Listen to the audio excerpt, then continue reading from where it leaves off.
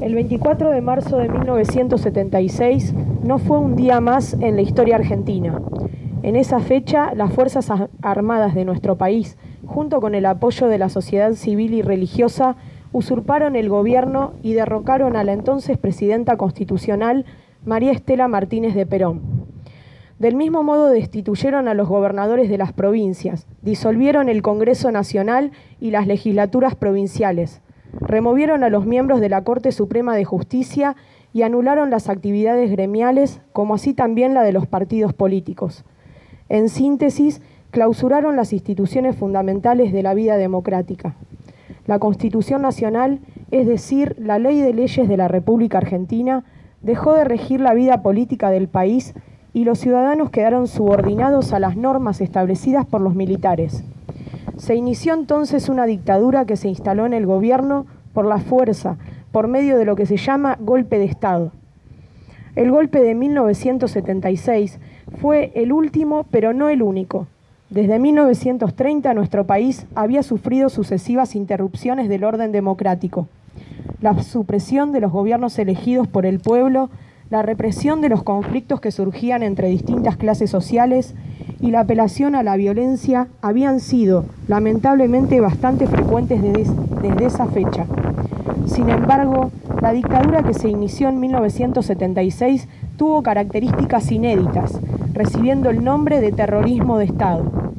Es decir, fue un gobierno que implementó una forma de violencia política que, usando los recursos del Estado, buscó eliminar a los adversarios políticos, a quienes llamó subversivos, amedrentando a la población a través del terror.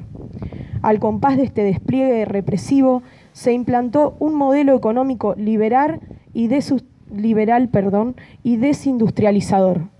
La estructura económica y social del país se transformó profundamente. La apertura comercial y el dólar barato provocaron la entrada masiva de productos importados, generando el colapso de la industria nacional ligada al mercado interno. Las fábricas cerraban mientras se multiplicaban los negocios financieros y especulativos. El salario real de los trabajadores cayó abruptamente y comenzó un proceso de concentración de la riqueza que generó un sector cada vez más enriquecido en desmedro del sector popular, que vio disminuido drásticamente su ingreso. El endeudamiento externo creció sin pausa. Sin embargo, a pesar de la represión y la violencia, hubo organizaciones y personas que hicieron frente a la dictadura denunciando los crímenes y las graves consecuencias de las políticas económicas implantadas. El proyecto político y económico de la dictadura se encontró con la resistencia de miles de jóvenes, trabajadores, educadores, artistas e intelectuales de la época que luchaban por un mundo mejor. Uno de los modos en los que los militares buscaban controlar las maneras de pensar y sentir de los ciudadanos era la censura. Aparecieron las famosas listas negras, donde se prohibieron libros, canciones, películas y revistas en general. A todo este grupo social heterogéneo que formaba parte de la sociedad argentina, la dictadura no los perdonó. Bajo el gobierno militar desaparecieron 30.000 personas y 500 niños fueron robados a sus mamás e incorporados a otras familias sin contarles la verdad. Como consecuencia de la aplicación de un plan sistemático represivo, la desaparición de personas y el funcionamiento de centros clandestinos de detención, lugares donde mantenían cautivos a los secuestrados fuera de todo marco legal.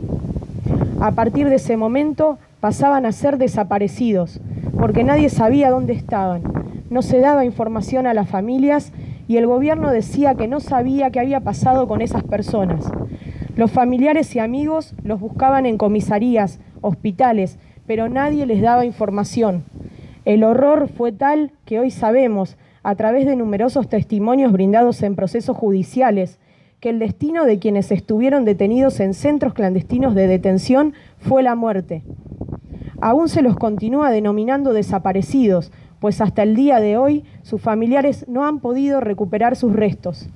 Frente al horror de aquellos, fue fundamental la lucha de las madres y abuelas de Plaza de Mayo, que se enfrentaron a la dictadura organizándose con la finalidad de localizar y restituir a sus legítimas familias a todos los niños apropiados por la represión política.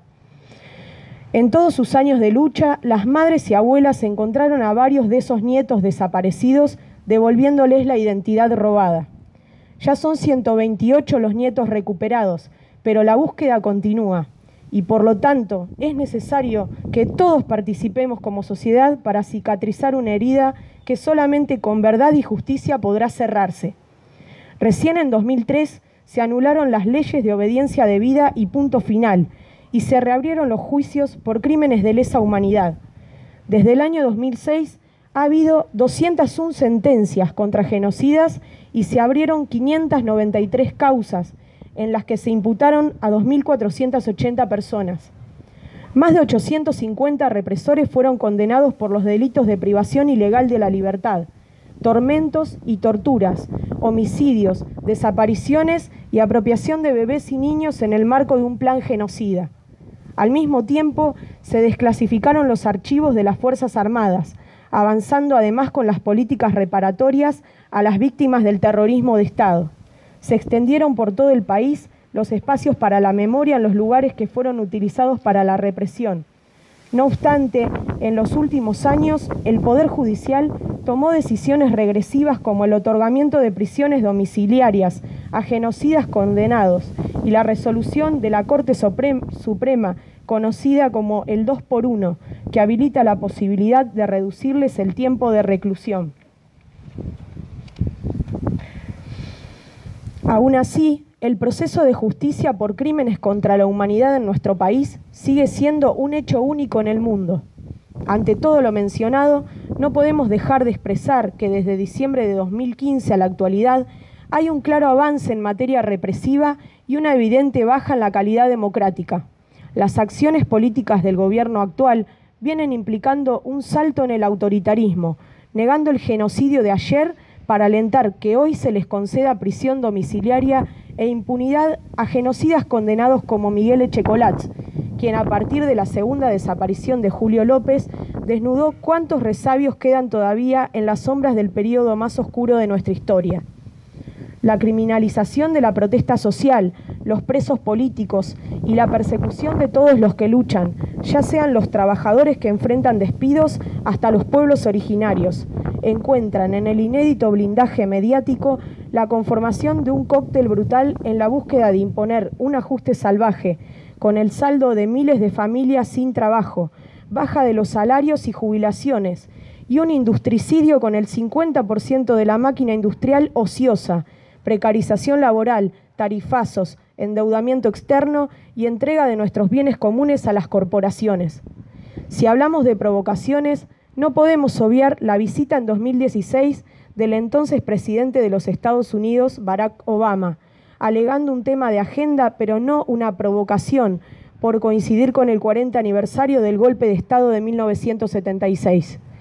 En 2017 se intentó trasladar el feriado del 24 de marzo a otro día, y al igual que con el 2x1, la conciencia popular impidió que se pudiera llevar adelante.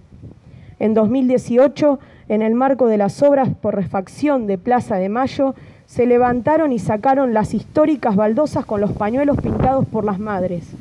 Por eso, no estamos dispuestos a retroceder ni un paso más, ni por todo eso, ni por Omar, ni por María Ebe, ni por Julio, ni por Mónica, ni por Roberto, ni por Mariana, por ninguno de los 30.000 compañeros desaparecidos. Un pueblo sin memoria está condenado a repetir sus errores.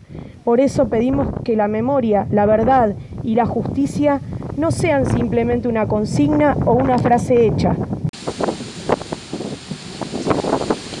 sino por el contrario, que sean banderas irrenunciables de una democracia que fortalezcamos y mejoremos día a día. La memoria despierta para herir a los pueblos dormidos que no la dejan vivir, libre como el viento, nunca más.